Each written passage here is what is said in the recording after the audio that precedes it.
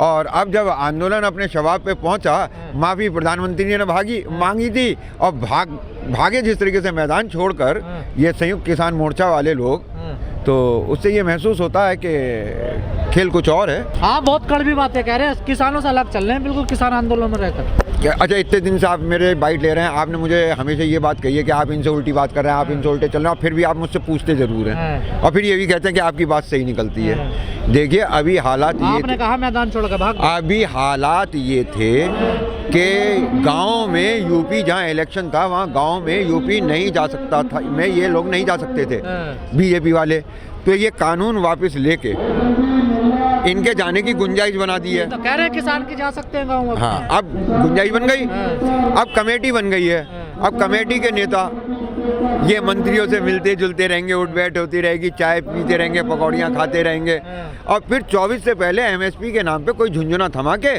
फिर और आगे की व्यवस्था कर ली जाएंगे। तो ईमानदारी की भावना हार गई और राजनीति जीत गई। किसान नहीं जीते, राजनीति जीत गई, किसान नहीं जीते। 750 किसानों की बलि देने के बाद,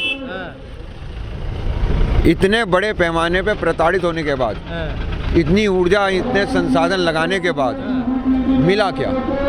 जितना बड़ा आंदोलन ये खड़ा हुआ और ये शबाब पर आया और जब सरकार ने झुकना शुरू किया, तब योगेंद्र यादव जैसे लोगों ने आज हमें इस बात की खबर करी कि हम सहमत हो गए हैं, आंदोलन को स्थगित किया जा रहा है। ये आप बिक गए क्या किसान नेता? नहीं, बात बिकने की नहीं है। आप तो ऐसे आप आपस में मिलने जुलने से संबंध स्वार्थपूर्ण बने रहते हैं। वरना योगेंद्र यादव से ये पूछा जाए कि वो जो चिट्ठी पत्री हो रही थी वो किसानों के बीच में खड़े होकर 3 बार सुनाई थी उन्होंने। जब एमएसपी वाली बात मांग रहे हैं, एमएसपी यही मौका है, सरकार झुक चली है, छोटा सा एक्ट बनना है, तब उस टाइम पे आपने ये लापरवाही क्यों करी? इन किसानों के बाप दादाओं की परंपरा रही है, आज से नहीं हजारों साल से। जब जब लुटेरा कोई दिल्ली लूटने चला, इन्होंने रोका नहीं, और जब जब लूट के चला तो इन्होंने छोड़ा नहीं। आपकी नज़र में तो ये भाग रहे थे, इन्होंने भागते को छोड़ दिया। तो सरकार अपने षड्यंत्र में सफल हो गई। हाँ, राजनीति करने में कामयाब हो गई सरकार, बिल्कुल।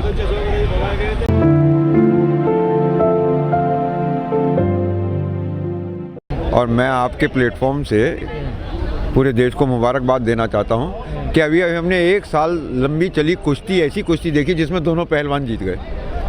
दोनों कैसे जीत गए? ये पहली कुश्ती है दुनिया की जिसके अंदर दोनों पहलवान जीत गए। किसान से पूछा, भाई तुम कैसे जीत गए, तुम किस बात का जश्न मना रहे हो? बोले ये काले कानून दे रहे थे, हमने नहीं लिए इसलिए हम जीत गए।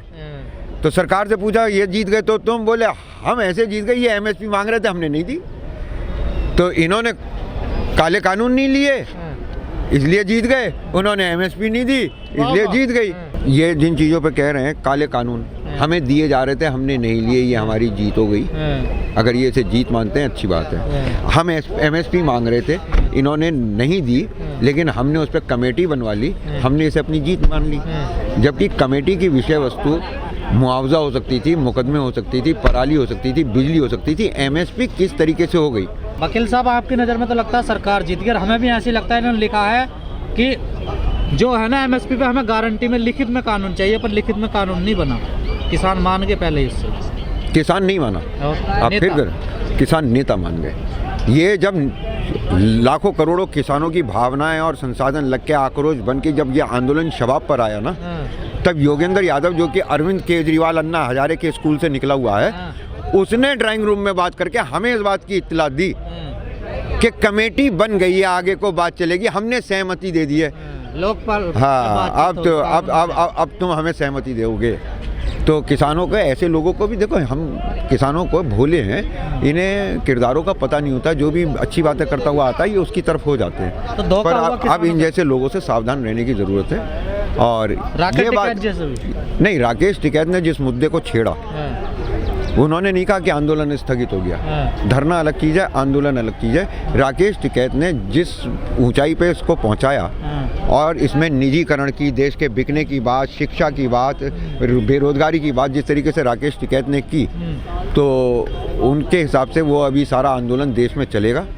और जहाँ तक रह गई बात, तो योगेंद्र यादव कमेटी में जाएंगे और राकेश टिकैत पूरे देश को। ये दोनों अपना आदमी भेज रहे हैं ना। कौन? जगबीर सिंह जा रहे हैं ना। हाँ, युद्धवीर सिंह जा रहे हैं। हाँ। राकेश टिकैत तो नहीं जा रहे हैं। क्यों नहीं जा रहे? भाई राकेश टिकैत को देश संभालना है, हाँ। देश में जाके इस बात को कहना है कि निजीकरण बाकी रह गया, प्रधानमंत्री बेरोजगारी बनेंगे वापस रह गई। नहीं, बेरोजगारी उनके हाथ में रेखा मैंने देखी, तो आप तो जानते हो मुझसे अच्छा ज्योतिषी इस वक्त कोई है नहीं। हाँ। यही बहुत लोगों ने दिखाया, आपने भी दिखाया था अपना हाथ। क्या? और आप तो बड़ी अजीब बात तो मैं ये कह रहा हूँ कि उनके हाथ में चाणक्य बनने की रेखा है, चंद्रगुप्त बनने की नहीं। तो हथियार क्यों घेर दिए फिर राकेश टिकैत ने सबके सामने? देखिए, जब 40 लोग साथ चले हों, उनमें से कुछ लोग ऐसी बातें करने लगे, तो मेरा अपना ये मानना है कि माहौल को बिगाड़ना नहीं चाहिए। और उन्होंने जो ये कहा था कि जब सब चले जाएंगे उसके एक दिन बाद हम जाएंगे, तो उसी पर टिके हुए भी। ये जो किसान नेता आपको लगता है कि राजनीति में जाएंगे? इनमें से जो जाएगा वो मुंह की खाएगा। फिर आपने योगेंद्र यादव का जिक्र किया, वो तो कमेटी में थे ही नहीं, जब सरकार से बातचीत होती थी तो वो तो जाते ही नहीं थे। डिक्लेयर करने कौन आया था? प्रेस कॉन्फ्रेंस में कौन बोल रहा था? सारे नेता थे वहाँ, कोई अकेले योगेंद्र यादव थोड़े? वहाँ थे ना, हाँ। जो कमेटी में नहीं होते थे, मीटिंग्स में, उसमें वो वहाँ पे डिक्लेयर करने वालों में थे। मॉडस ऑपरेंडाई, काम करने के तरीकों को सीखिए। अन्ना हजारे और अरविंद केजरीवाल के आंदोलन में भी इसी तरीके, और योगेंद्र यादव वहाँ केजरीवाल से कुश्ती हार के आए थे, तो उन्होंने अपनी गलतियों से सबक लिया है और अब की बार वो कामयाब हो गए। एक अच्छे आंदोलन के नेता बनने में वो कामयाब हो गए हैं। लेकिन सख्त हो रहा सर, लखीमपुर मामले पर कोई बात नहीं बनी। वो नैतिकता का मामला था, उस पर तो प्रधानमंत्री की अपनी निजी हार हुई है, और इसे जनता की आंखों में जिस दिन ये हार दिखेगी, माना जाएगा, उस दिन उसका खामियाजा उन्हें भुगतना पड़ेगा। लगता है एमएसपी पे बात बनेगी आपको? ये कमेटी बना पाएगी बात? मैं दुआ कर सकता हूँ कि इस बार इन्हें कामयाबी मिल जाए, ऐसा ये कुछ कर लें, वरना नाउमीदी कुफ्र है। दुआ करेंगे। ये जो बातें है ना, जो आम किसान है जिसे बड़ी उम्मीद है, उसे बड़ा दुख पहुंचेगा ये बातें सुनने के बाद। नहीं तो उससे ये कहूँ झूठे कि तू जीत गया, तूने सरकार को गिरा लिया और ये कर लिया, वो घर लौट कर जाएगा। वो जो चीज़ वापस करने आया था वो वापस वाले ने ले ली, लेकिन जो चीज़ वो लेने गया था वो ले आया है क्या? इतने लोगों की डेथ भी, अगर इन्होंने समिति को इस तरीके से अधिकार हैं सब कुछ लेने के, तो मुझे नहीं लगता कि योगेंद्र यादव तथा इस जैसे और नेताओं की जेब से एक भी रुपया इस आंदोलन के अंदर लगा हो। ये 750 किसानों का जो मुआवजा मांगा जा रहा है, ये इन्हीं से मांग लो ना, यही दे दें। हाँ, सरकार से क्यों मांग रहे हो? सरकार से क्यों मांग रहे हो? जब सब फैसले तुम्हें ही करने हैं, ये भी तुम ही कर लो। टैक्स पेयर के पैसे से टैक्स तुम्हें मुआवजा दिया जाएगा, तुम्हारे बुलाने पे वो मरेंगे, पैसे ये देंगे उनके मरने पे, और तुम नेता बनोगे, और फिर तुम एमएसपी वाली कमेटी में बैठ के एमएसपी की बातें करोगे, तो ये सब चीज़ें ठीक नहीं। कमरे के अंदर खेल हो गया क्या? बिल्कुल 100% सही बोलता है, कोई शक गहरा नहीं। दुख दे रहे हो किसानों को? नहीं, किसान जागा हुआ है। और अब जहाँ तक दुख की बात कह रहे हो, सामने जलालाबाद वालों का डेरा है, चौधरी राज सिंह वहाँ बैठे हैं 99 साल की उम्र में, उनसे जाके पूछ लो, वो कहते हैं कि क्या मिल गया जो लेके जाने लगे।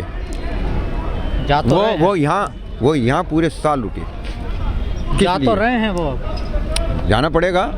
देखो, लोग लाज से चलता है, हम पंचायती लोग हैं, पंचायत का कहना मानते हैं। 40 लोगों की पंचायत थी, हम अब जाके आपस में जो भी करें सो करें, लेकिन इस वक्त तो हमें पंचायत का मान रखना था, इसलिए पंचायत का मान रखा है। चलिए ठीक है, धन्यवाद।